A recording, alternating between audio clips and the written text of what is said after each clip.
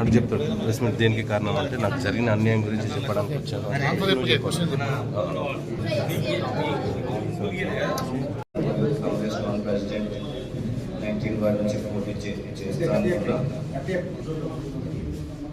Ticket ఇస్తా అని చెప్పి మోసం చేసిన విధంగా సర్వే రిపోర్ట్ కూడా నాకే వచ్చింది. 70% ప్లస్ వచ్చింది. వచ్చిన 3-4 days నుంచి సర్వే రిపోర్ట్ అట్లా ఇస్తా అని లాస్ట్కి 10% వచ్చినోడికి ఇచ్చిండు.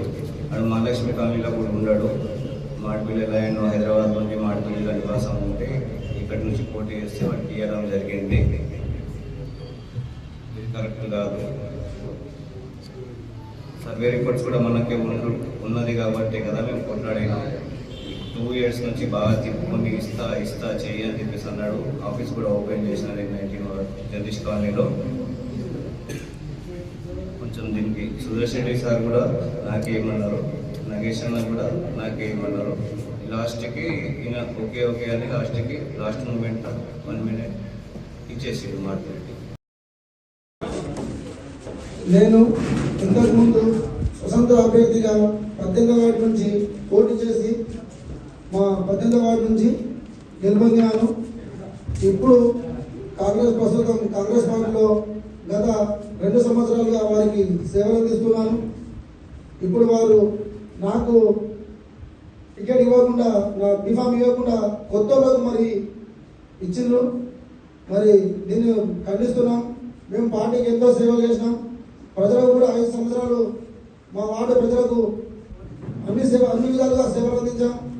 మా వార్డు ప్రజలకు ఎటువంటి ఇబ్బంది కలగకుండా మరి ప్రజల్లో మేము మంచి చేసి వారి అభినందనలు మేము గెలుచుకున్నాం. అట్టి విధంగా మరి మాకు కాంగ్రెస్ ప్రభుత్వం దయచేసి మాకు టికెట్ ఇవ్వకుండా మరి మాకు అన్యాయం చేసిందని నేను ప్రెస్ మిత్రులుగా మీడియా మిత్రులందరికీ తెలియజేస్తున్నాను. ఆర్మూరు ప్రజలారా ఇది ఒకటి గుర్తించుకొని మీరందరూ దయచేసి ఈ కాంగ్రెస్ ప్రభుత్వాన్ని మీరు చేస్తున్నటువంటి అన్యాయాన్ని మేము ప్రజలకు తీసుకొస్తాం. మరి మీరు మాకు అన్ని విధాలుగా సహకరించాలా. మేము స్వతంత్ర అభ్యర్థులుగా మళ్ళీ పోటీలో ఉన్నాం. మమ్మల్ని దయచేసి మా ప్రజాసేవని గుర్తించి, మేము చేసిన సేవలను మీరు గుర్తించి మాకు అండగా ఉండాలని మేము కోరుతున్నాం. అదేవిధంగా ఈ కాంగ్రెస్ ప్రభుత్వం చేస్తున్నటువంటి అన్యాయాన్ని మీరు గుర్తించి వారికి మీరు తగిన బుద్ధి చెప్పాలని మేము కోరుతున్నాము. దయచేసి మాకు మీరు అండగా ఉండాలి. మీరు మేము నమ్ముకున్నందుకు మాకు చాలా అన్యాయం చేసిర్రు. మేము అన్ని విధాలుగా ప్రజలకు అందుబాటులో ఉండి వాటి అభివృద్ధి చేసుకుంటూ ప్రజల సమస్యలు రోజు గుర్తించి మరి వాటి సమస్యలు తీర్చడానికి ప్రయత్నించాం. ఇన్ని రోజులు వారి సమస్యలు తీర్చాం. మరి ఈ ప్రభుత్వం దొంగ ప్రభుత్వం మీకు కళ్ళకు చూస్తున్నాం. మేము మాకు ఎటువంటి ఒక్క రిమార్క్ కూడా ఒక్క మచ్చ కూడా లేని మనం శేఖర్ అంటే మీకు అందరికీ గుర్తు. ఎవరి దగ్గర ఏది ఆశించకుండా పనిచేసినా నాకు వాడు ఇంత కాంగ్రెస్ అభ్యర్థి, వాడికి చదువు లేదు, ఏం లేదు, ప్రజల్లో ఒక గుర్తింపు లేదు. సర్వే రిపోర్ట్లో కూడా మనం శేఖర్ ఉన్నాడు. సర్వే ప్రకారంగా ఇస్తామని చెప్పి ఇప్పుడు డబ్బులు ఆశపడి వారు బీఫామ్ను అమ్ముకున్నారు. మరి దీన్ని మీరు ఖండించాలా. దయచేసి మాలాంటి వారికి మీరు ప్రజలు అండగా ఉండి మాకు న్యాయం చేస్తారన్న నమ్మకంతోనే ఇప్పుడు 2వ వార్డు నుంచి స్వతంత్ర అభ్యర్థిగా పోటీ చేస్తున్నాను. దయచేసి 2వ వార్డు ప్రజలు దీనిని గమనించి మాకు అండగా నిలబడి మమ్మల్ని మళ్ళీ స్వతంత్ర అభ్యర్థిగా గెలిపించాలా.